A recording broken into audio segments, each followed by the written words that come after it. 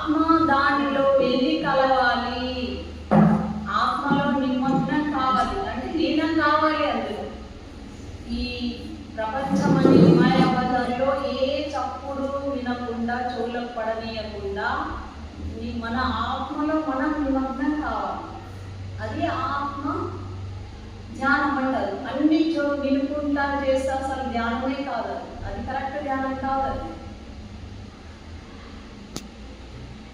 మహాత్ముల వచనాల ఆధారంగా నడిచినట్లయితే వారు నిజమైన మార్గంలో ఉన్నట్లుగా భావించాలి.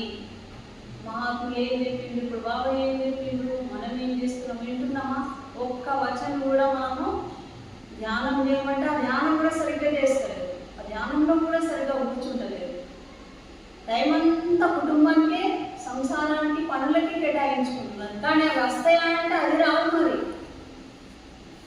అది అశాశ్వతమైనది. నువ్వు ఎన్ని గంటలు చేసినా, కుటుంబానికి ఎంత పని చేసినా అది మనతోటి రాదు. కానీ ఈ ధ్యానం మాత్రం, ఈ జ్ఞానము, ఈ సత్సంగం, సేవ వస్తుంది మనకు.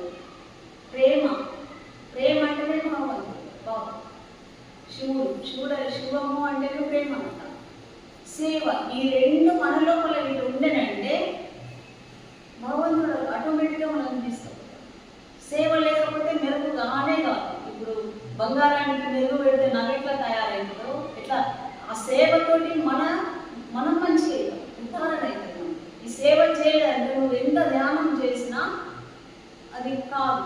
ఇప్పుడు బాబా ధ్యానం చేసి బాబానే సమాధైన పడితే ఈ సేవ చేయకపోతే, మానవ సేవ, బాబాది పేరు ఉంటుండేనా?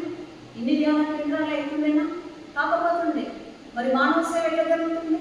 మానవ ఉద్ధారణ ఎట్లా జరుగుతుంది? మానవ కళ్యాణం ఎలా జరుగుతుంది? ఈ ధ్యానం ఎవరు మనకు చెప్తుంది? ఈ జ్ఞానం ఎవరు బోధిస్తుంది? ఈ భక్తి ఎవరు నేర్పుతుంది మనకు? బాబా వీళ్ళ సేవ చేయకుంటే, మానవ సేవ మన సేవ చేయకుంటే, నేను ధ్యానం సమాధి అయిపోయిన పడితే ఆనాడే 75లో అప్పుడే సమాధి అయితాన్ని పెట్టుకున్నాడు అక్కడ. కానీ అమిత్ షా వచ్చి ఆపేసిండు. బాబా నువ్వు సమాధి కావద్దు, నీ జ్ఞానము, ధ్యానము, భక్తి అందరికీ, ఈ లోకానికి నువ్వు చెప్పే మార్గదర్శనం కావాలి అని ఆపేసిండు. లేదు, అదే మనం కూడా ధ్యానం చేసి నేను ధరిస్తా అంటే ఒక ధ్యానం ఒకటి కాదు, దానికి సేవ కూడా కావాలి. ఒకటి ధ్యానం అయితే ఒకటి సేవ, ఈ రెండు అయితేనే మూడు కలిసితే ప్రేమ ఉదయిస్తుంది.